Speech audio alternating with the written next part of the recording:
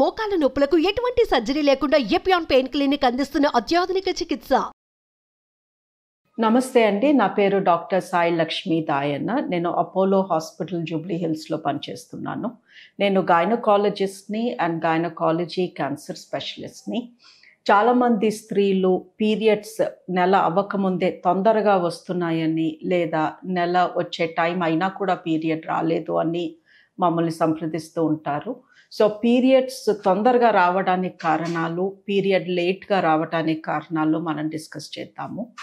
Period time ముందే వచ్చేసింది, లేదా పీరియడ్ వచ్చే టైంకి ముందే కొన్ని రోజుల నుంచి రోజు బాత్రూమ్కి వెళ్ళినప్పుడు స్పాటింగ్ లాగా కనిపిస్తుంది అంటే దీనికి ప్రధానమైన కారణాలు థైరాయిడ్ ప్రాబ్లం, లేదా ఆడవాళ్ళలో ఉండే ప్రొజెస్ట్రాన్ అనే హార్మోన్ తగ్గిపోవడం వల్ల.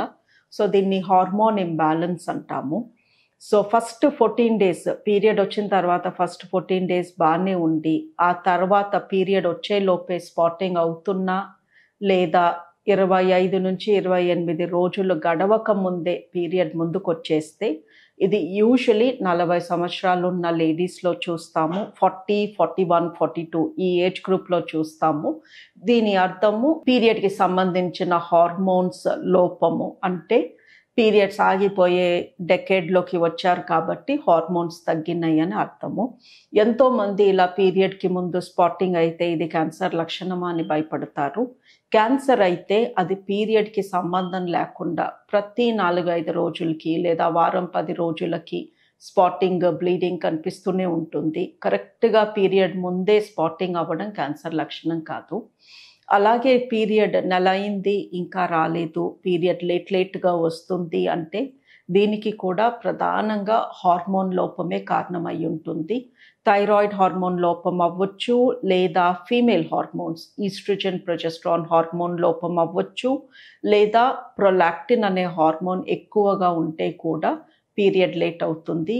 ఇది యూజువలీ చిన్న వయసు, అంటే 20 లోపు లేదా 20 నుంచి 30 సంవత్సరాల లేడీస్లో చూస్తాము. ఈ పీరియడ్ లేట్ అయ్యే సమస్యని పీసీఓడి ప్రాబ్లం అని, లేదా హార్మోన్ ఇంబ్యాలెన్స్ ప్రాబ్లం అని కూడా అంటాము. ఈ 2 ప్రాబ్లమ్స్కి, పీరియడ్ ముందుకు జరుగుతున్న, పీరియడ్ ముందు బ్లీడింగ్ కనిపిస్తున్నా, లేదా పీరియడ్ లేట్గా వచ్చిన ఈ హార్మోన్ ఇంబ్యాలెన్స్కి ప్రధానమైన treatment exercise and hormone treatment. ఈ ఎక్సర్సైజ్ అనేది ఎందుకు ఇంపార్టెంట్ అంటే, ఈ హార్మోన్ లోపము ఓవరీస్ నుంచి వస్తుంది. ఓవరీస్ మన పెల్విక్ ఏరియాలో ఉంటాయి. ఓవరీస్కి ముందు గర్భసంచి ఉంటుంది, దాని ముందు యూరిన్ సంచి ఉంటుంది, ఓవరీ వెనకాల మోషన్ సంచి ఉంటుంది. సో ఈ ఓవరీ లోపల దాక్కున్నట్టు రెస్ట్ తీసుకున్నట్టే ఉంటాయి. సో ఆ పెల్విక్ ఏరియాని కదుపుతూ ఉంటే, షేక్ చేస్తూ ఉంటే, ఎక్సర్సైజ్ చేస్తూ ఉంటే ఓవరీస్లో చలనం వస్తుంది, బ్లడ్ సర్క్యులేషన్ ఇంప్రూవ్ అవుతుంది. సో అవి డల్గా ఫీల్ అయ్యి హార్మోన్ సరిగా రిలీజ్ చేయట్లేదు కాబట్టి ఈ ఎక్సర్సైజ్ మూలంగా హార్మోన్ రిలీజ్ పెరుగుతుంది. హార్మోన్ రిలీజ్ పెరిగితే ఆటోమేటికలీ పీరియడ్ ప్రాబ్లం తగ్గుతుంది. బట్ ఈ ఎక్సర్సైజ్తో పాటు హార్మోన్ మెడికేషన్ ఇస్తే ఆటోమేటికలీ పీరియడ్ మళ్ళీ టైం టు టైం ప్రతి నెల వచ్చేస్తుంది. పీరియడ్ కరెక్ట్గా టైంకి రావడం ఇంపార్టెంట్, ఎందుకంటే ఈ పీరియడ్తో పాటు బ్రెస్ట్లో చేంజెస్ వస్తాయి, బాడీలో వాటర్ రిటెన్షన్ అది ఉంటుంది.